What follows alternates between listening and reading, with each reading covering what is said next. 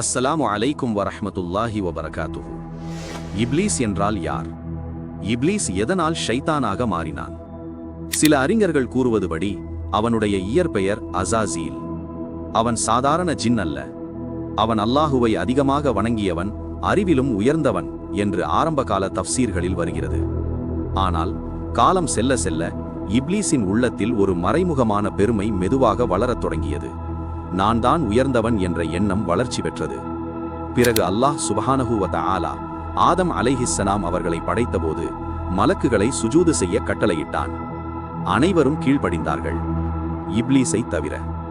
அல்லாஹ் ரப்புல் ஆலமீன் இதனை பற்றி குர்ஆனில் சொல்கிறான். அவன் ஜின்களில் ஒருவன், தன் இறைவனின் கட்டளையை மீறினான். அதன் பின் இப்லீஸ் தனது மறுப்புக்கான காரணத்தை கூறினான். நான் அவனை விட சிறந்தவன், என்னை நெருப்பால் படைத்தாய், அவனை மண்ணால் படைத்தாய். இதுதான் அவன் வீழ்ச்சியின் தொடக்கம். உண்மையை ஏற்க மறுத்ததும் பிறரை தாழ்த்தி பார்த்ததும் அதுவே அவனை அழித்த அகம்பாவம். நபி ஸல்லல்லாஹு அலைஹி வஸல்லம் சொன்னார்கள், ஒரு மனிதனின் இதயத்தில் ஒரு துகளளவு அகம்பாவம் இருந்தாலும் அவன் சொர்க்கத்தில் நுழைய மாட்டான். பல வருடங்களாக செய்த இபாதத் ஒரே ஒரு அகம்பாவத்தால் சிதறிப்போனது. இது ஒரு கதையல்ல, நமக்கான நேரடியான எச்சரிக்கை.